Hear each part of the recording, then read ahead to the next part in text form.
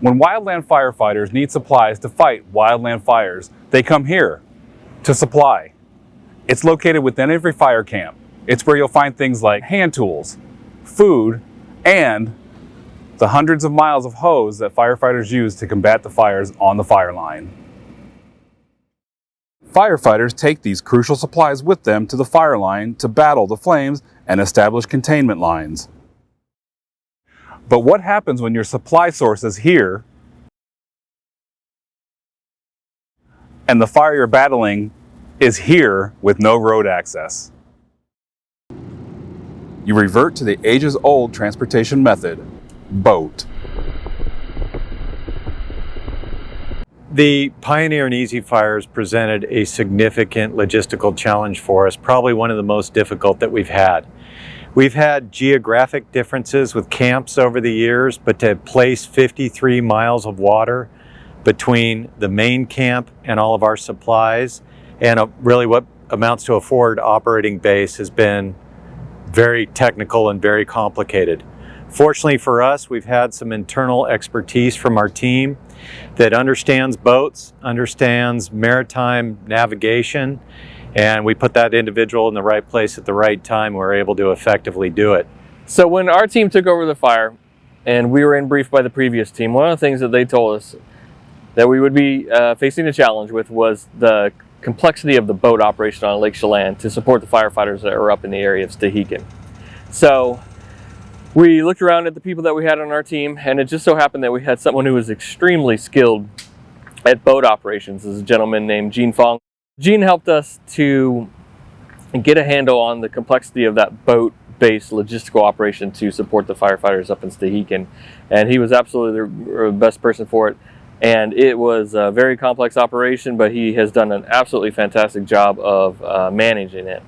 Coordination is big on this. We have a whole section that they brought in somebody from aviation that they do for helicopters to coordinate all those. They brought them in to work with the boats. It's a whole new thing that we've done, and that helped to coordinate all the boats of where they go, different dock masters, and so they're all communicating with each other, so it makes it a lot smoother. But it's all coordinated from one location, which is Eugene Fong. The team had asked me to take over the boat group. Originally it was a boat division, but it's really a function. So basically I looked at the incident, looked at what the incident needs would be. Is it a van load, kind of like, if you will, an Amazon FedEx delivery, or are we moving mass amounts of people, which would be your buses? We ordered the appropriate vessels for the current infrastructure that we had. We had to adapt with the infrastructure that was already here, the harbors that are already here, the docks that were already here. So what we did was employed a local barge here, also another smaller barge, as well as some boats from the area and out of the area. One of the things that we did is we contracted with the barge company. So instead of one time a week at the most, or maybe even once every 10 days or so, we actually have that 300-ton barge going up and down the lake every day. And that has just simplified logistics in a lot of ways, because the heavy stuff like fuel trucks or sanitation trucks or reefer trucks, refrigeration vehicles, also the fire trucks, rental vehicles that we need to move around, as well as the supplies like hose and food and water and all that stuff. It's a daily operation.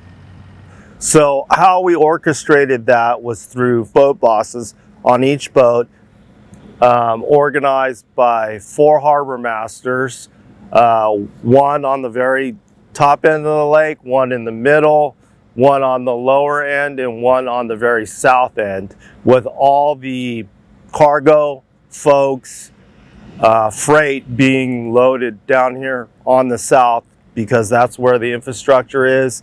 When it comes by land, by truck, we orchestrated that to be loaded onto the appropriate vessel and then distributed along amongst a pretty sophisticated matrix of vessels going back and forth from boat base to boat base, organized by boat bosses and harbor masters, overseen by myself.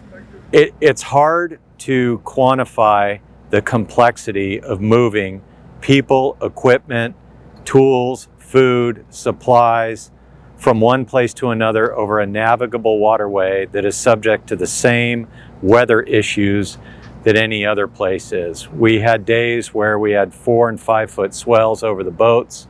We've had days of calm, beautiful navigation, but every day we had to have a consistent schedule, and we were fortunate to have the right people at the right time to be able to effectively do that.